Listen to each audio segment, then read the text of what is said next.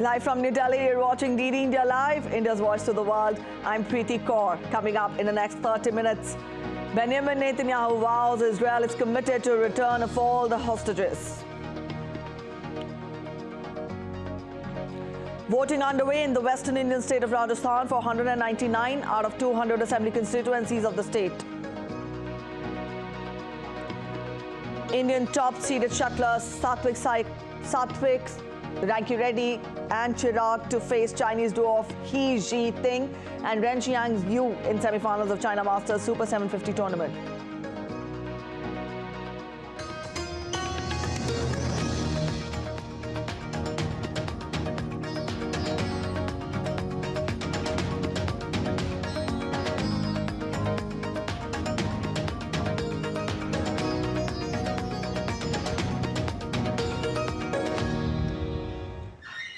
Israeli Prime Minister Benjamin Netanyahu on Friday has confirmed the first group of hostages had been released from Gaza.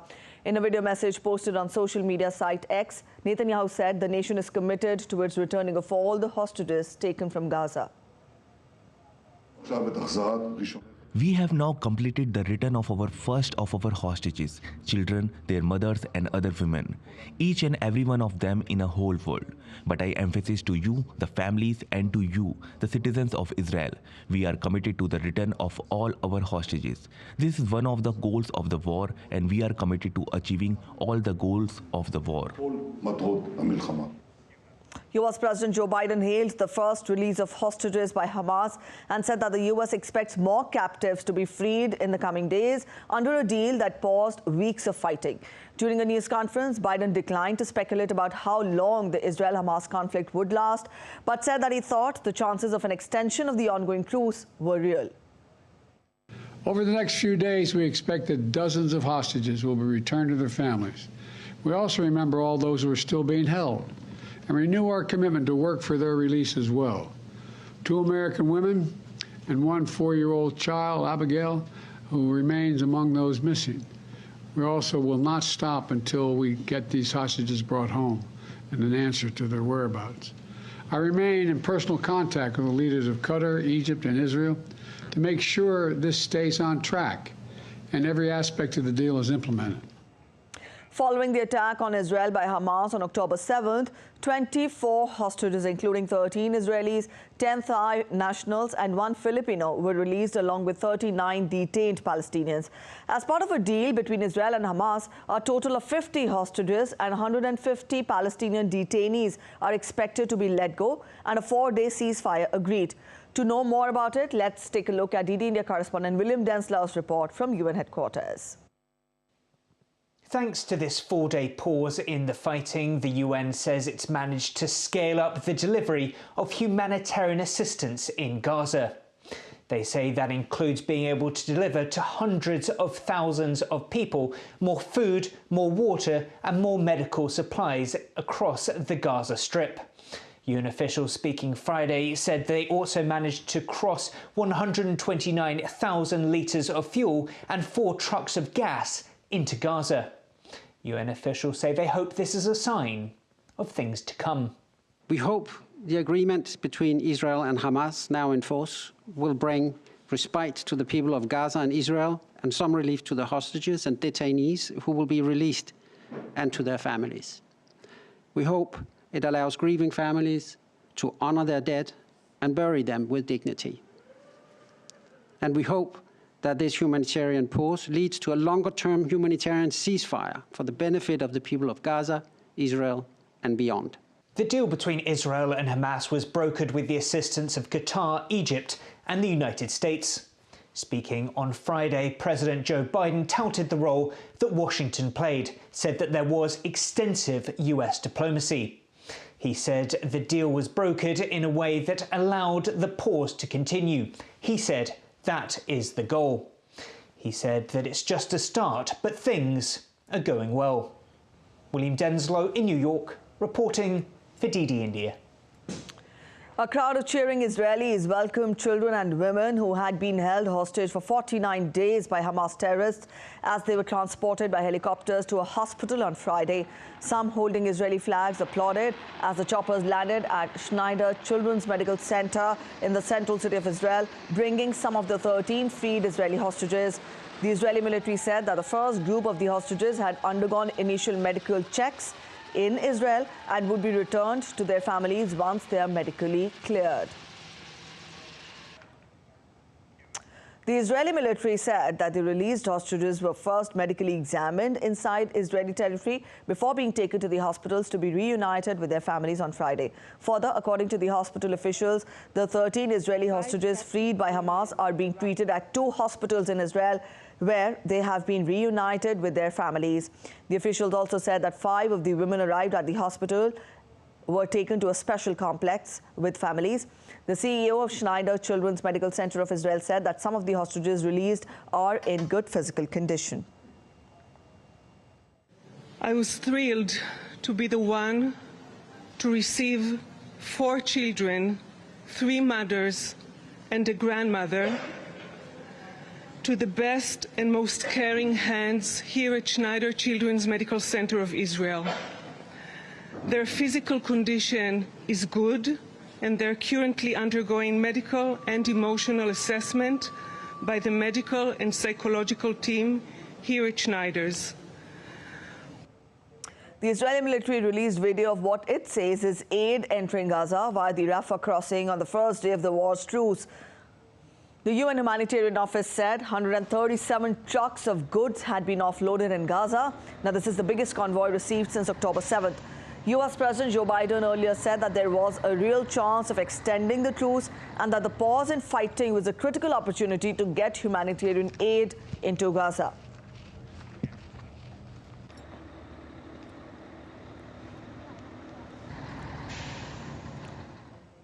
Let's turn focus to the Korean Peninsula now. The foreign ministers of South Korea, Japan and China will meet for the first time since the start of the pandemic. The main agenda is to organize a leaders' summit. Let's take a look at DD India's correspondent Andrew Wood reporting from Hong Kong on this. Well, back in 2008, the leaders of South Korea, Japan and China agreed to have a yearly summit between the 3 of them to talk about international and regional issues. And they were quite successful at keeping to that timetable until COVID came along. So the meeting of these 3 foreign ministers is the first time there's been a high-level meeting between the 3 countries. And of course, top of the agenda is trying to pave the way for the 2 presidents and the Prime Minister to meet soon, because an awful lot has happened in the past 4 years.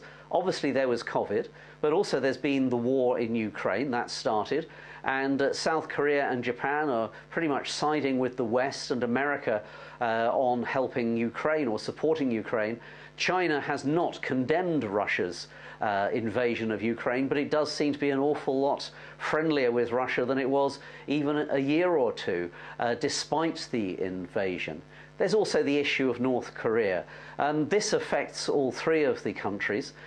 South Korea and Japan have moved closer to the United States in defending themselves against both China and North Korea, and the militaries of America, South Korea and Japan in the next week or 2 are due to start sharing real-time information on any missile launches that the North Koreans might be attempting to make, and just general military information as well.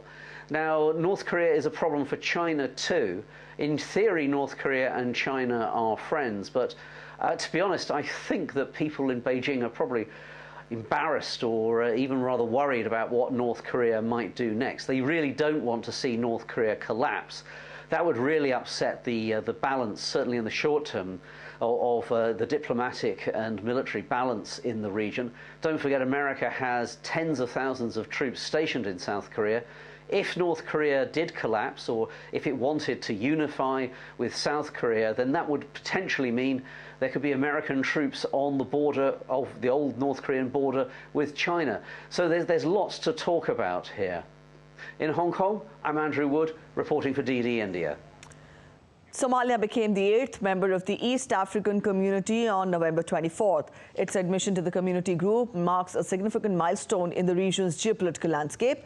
This decision comes after a year after the Democratic Republic of Congo, the EAC's most recent member, was welcomed. Somalia's inclusion expands the bloc's market and provides new coastline of over 3,000 kilometers, holding potential for offshore resources like oil and gas. DD India's Chris Ochamaringa reports for more on this. Presidents of the East African Community admitted Somalia into the trade bloc after holding a closed-door session. Somalia's President Hassan Mohamud expressed his gratitude for his country's admission into the trade bloc. The Horn of Africa nation has joined the East African Community at a time when insecurity by militia groups has posed serious challenges to the government. Leaders of the trade bloc hope to help Somalia deal with its security problems. The summit also discussed the security situation in the east of the Democratic Republic of Congo. Security chiefs from all the member states have been instructed to meet with their counterparts from the Southern African Development Community to assess the conflict in eastern DRC. Fighting has flared up between Congolese forces and the M23 rebels over the past 3 weeks. The UN says more than 200,000 people have been forced to flee their homes. The Congolese government has asked the UN peacekeeping force to leave their country for failing to stop the armed conflict that has claimed the lives of thousands of civilians. The withdrawal of the UN troops is supposed to happen in a gradual manner. It's still not clear when the troops will start leaving the DRC. Chris Ochamaringa in Arusha, reporting for DD India. Chinese Foreign Minister Wang Yi met with his French counterpart, Catherine Colonna, in Beijing. Wang said that the two sides should continue to plan and coordinate the three dialogue mechanisms, that is, China-France strategy, economic and financial relations, and people-to-people exchanges. Colonna said that France has always insisted on cooperating with China on the basis of mutual trust, supporting open cooperation. The two foreign ministers met with reporters at a joint press conference after their meeting.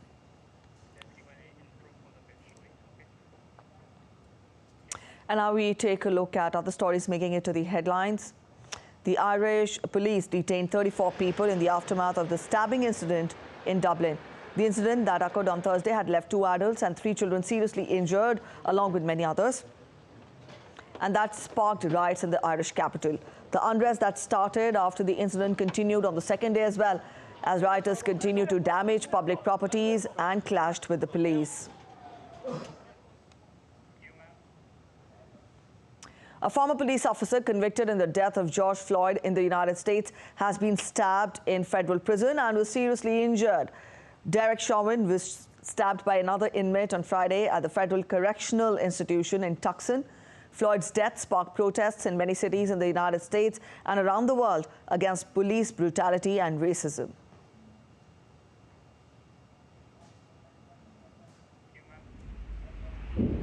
Mount Etna, the towering volcano on the east coast of Sicily in Italy, has once again captured the world's attention with its eruption.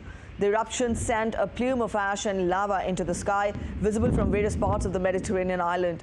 In addition to Mount Etna, Europe is on alert for another potential volcanic event. This has led to evacuation of thousands of residents as a precautionary measure. We're heading for a short break, but still to come on this edition of DD India Live. Army contingent of India and Nepal gear up for the 17th edition of joint military exercise Surya Kiran between India and Nepal. The 54th International Film Festival of India continues to attract film buffs and professionals from all over the world. Stay with us as we get you highlights of Day 5 at IFFI. And shooter Anish Bhanwala wins India's first ever medal in men's 25 meters rapid fire pistol event in ISSF World Cup Final.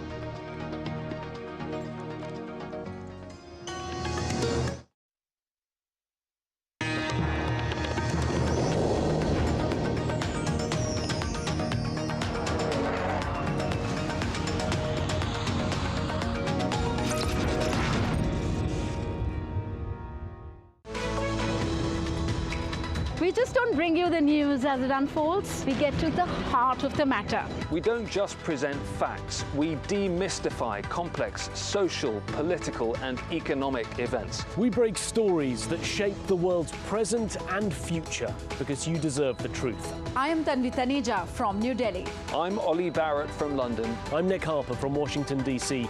Join us on DD India Global Monday to Friday at these times.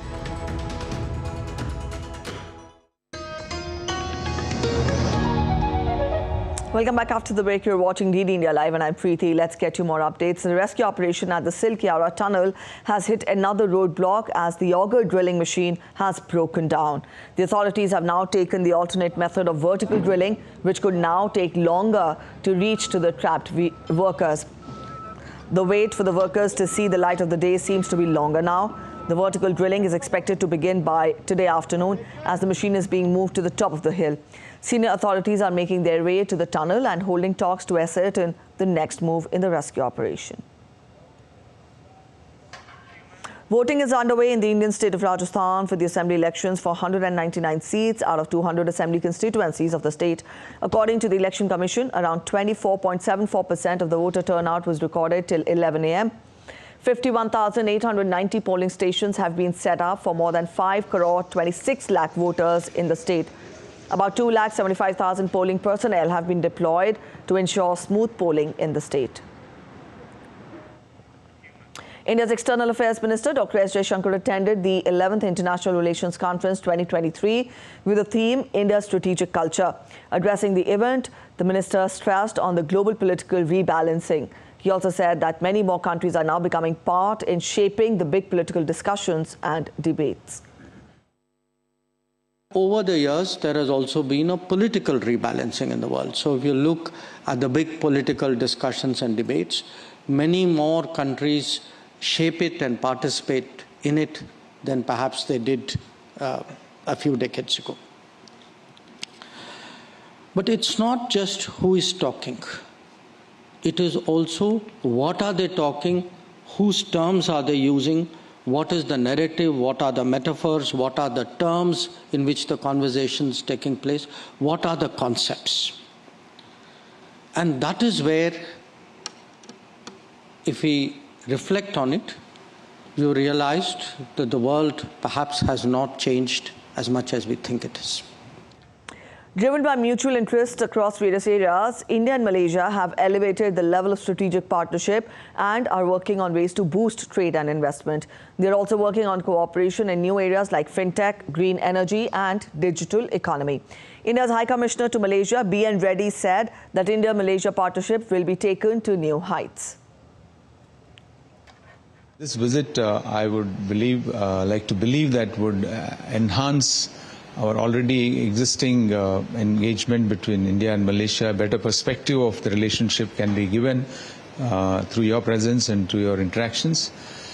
At this point in time, we've just concluded 65 years of our diplomatic relations last year, and we are in the process of now what we call realizing the enhanced strategic partnership, which was established during the visit of Honorable Prime Minister of India, Shri Narendra Modi ji, in 2015, where it was decided that our engagement with Malaysia would be taken to newer heights, wherein covering, I would say, the entire spectrum of the relationship.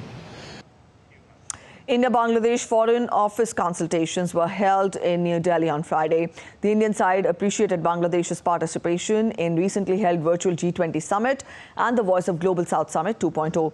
Both sides held comprehensive discussions on a wide range of issues covering border and security, trade, commerce and connectivity, cooperation in water, power and energy sectors, people-to-people ties and development cooperation in Bangladesh. Both sides also exchanged views on sub-regional, regional and multilateral issues. Now, FOC is an institutional dialogue mechanism between the two foreign secretaries to review the entire gamut of bilateral relationship.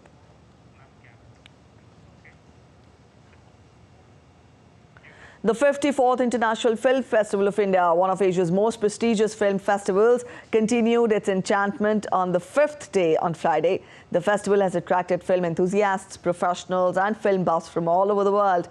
DD India's Shyama Mishra reports from Goa.